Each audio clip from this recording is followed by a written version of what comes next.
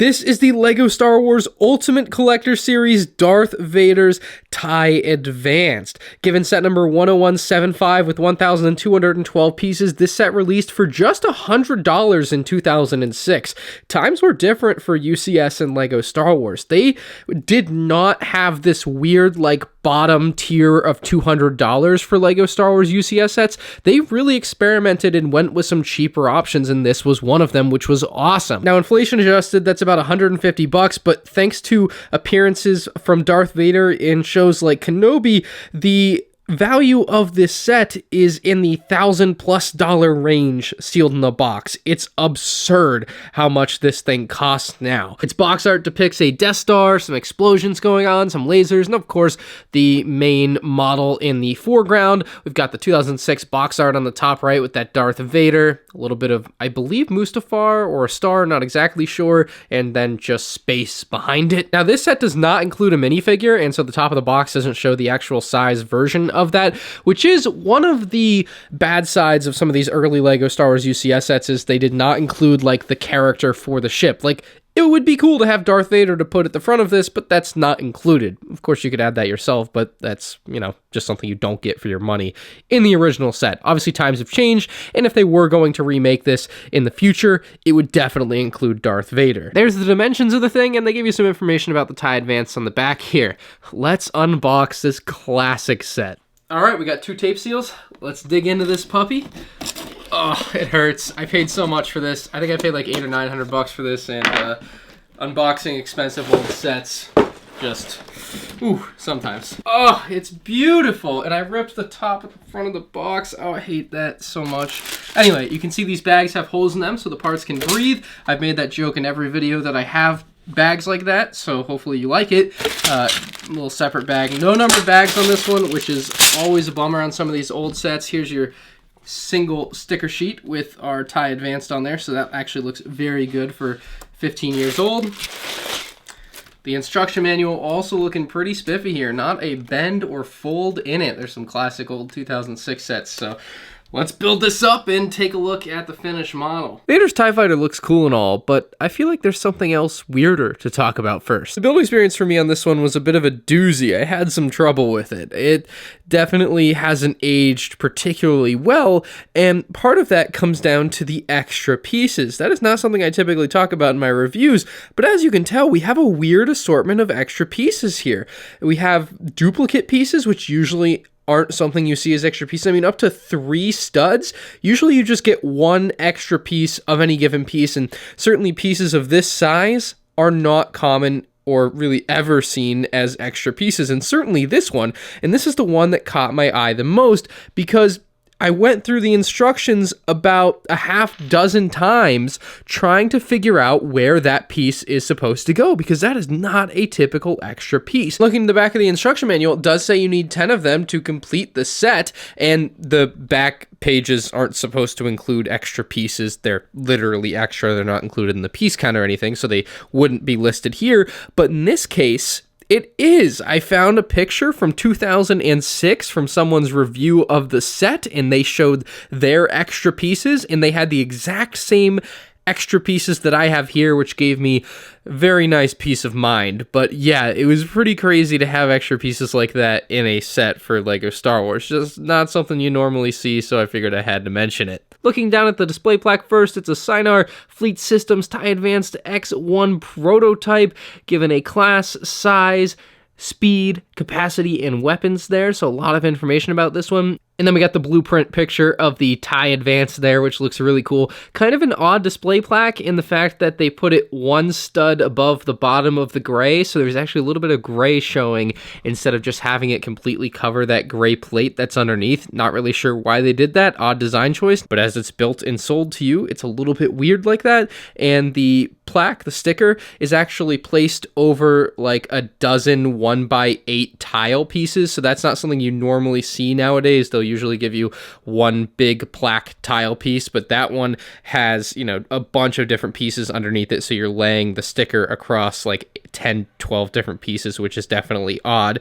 You can see the backside of it and how the stand kind of has this slight slight tilt backwards to it. There's a lot of 90-degree edges on that stand. The feet are in this nice dark gray color, so they kind of contrast from the black of the rest of the stand, but overall it's something that looks very good. So while the stand is sturdy and holds the model up nicely, there is a slight problem with it. So we can actually take the TIE Advanced on and off of the stand very easily. It's not even attached with any studs, it just comes right off, and you can see the way this stand ends up being pushed into the TIE Advanced is that you have a point of contact here and a point of contact here. And unfortunately, this front point of contact actually hits something inside of the cockpit. So you can barely see it, but Darth Vader's chair is in there. And if we push up on the spot where that piece goes in, it can dislodge Darth Vader's chair, and you can see my finger peeking through in there. So that plate is what that is making contact with, and I have had times on this one that I just built where it will basically break that. It doesn't really affect how the stand works, it just breaks the chair inside, dislodges it, and then you gotta push it back into its spot and hope it doesn't dislodge again. This is what the underside of the TIE Advanced looks like. You can see the laser cannons at the front and some small, what looks like thrust at the back. Very much hidden, not something you'll ever really see on the model under here, but still cool at least. And then you can see this is exactly how that stand connects in. Those are those points of contact that I was talking about. Very simple to place that in there, of course, when it's vertical. As you can see, the windshield piece is probably the most dated looking part on this set. Everything else feels pretty modern. This is one of the first what I would consider really modern UCS sets. It has the vibe of one of the $200 ships that they would release today, of course, again for just $100 back in 2006. But the one piece that's really outdated is the windshield cockpit piece, which has a really nice print on it, but it's a piece that is squared off, or I guess has 8 sides, so it's octagonal. But the point is, it's a piece from like the early 2000s. It's not rounded like it's supposed to be. It's got these straight sides, so it ends up feeling a bit dated on what is otherwise a very clean and sleek model. On the top here, we actually have that printed piece, which looks really good, very detailed TIE Fighter top piece that we see on a lot of TIE Fighters, and it actually can be pulled up and off. Not that there's really much access to that interior, though. It's not like you can really put your hand in there, but in there you can see a control panel that Darth Vader could use if he could even be in there. I mean, you could theoretically fit a minifig in there, but it's gonna be tough. Anyway, we got some armor plating here on the left and right, and it's got some decent detail within, although you certainly would expect more out of a more modern model, I would say. On the top rear of the TIE Fighter, we see more of that thrust that we saw underneath, basically, with those red studs on the back. Looks very clean, kind of a nice greebled look as we work our way down the back spine of the TIE Advance. You can see some beautiful detail coming to some flag pieces, which are slightly curved in to give the back of the TIE Fighter a nice curve, but you can see these can be popped back if you really wanted to do something weird or funky with that, but they look really good. I think they really nicely round off the backside of the TIE Advance. You can see it's a really thin at the very back as well. It's not a very thick or heavy model, I would say, for a UCS set. They really thin it out wherever they can, and certainly having pieces on the wings like this help lighten up the model too. Speaking of the wings, we have what looks like some laser cannons on the side here. Of course, the main ones there underneath the cockpit, although I'm not sure 100% if they are on the side or not. But the inside of the wings is generally undetailed, and that's what you typically get with TIE Fighters, although they certainly tried with this UCS one to give it as much as possible, and I think they did a fine job. I think it's very passable, but the exterior side of the wings is so much nicer looking. I mean, it looks phenomenal. It's got a great amount of detail. They use kind of these bar pieces to get these angles to all line up instead of just having it tiled off, which would look superior because it would match the rest of it, but they just kind of went with what they could, I think, at this point to get the look down as much as possible, and you'll see more of the same on the bottom wings as well. And these are all just slightly angled in, I think just 2 notches, so they all have the same angling, and you can move them if you want. They don't look good when they're moved, but it is optional to have it displayed with a different wing format. And something I did also notice building this, really noticeable here, there's a slight curve to these. You can see they are not straight because sometimes Lego plates can be weird like that, especially I guess old ones, and these ones just have a curve to them because of the way that they're built for whatever reason. So I wish that was something that was fixable, but I'm not really sure what I can do with my particular model. I'm not sure if that was a widespread issue or if this is just something that's happening because it's old, but you can see definitely some curvature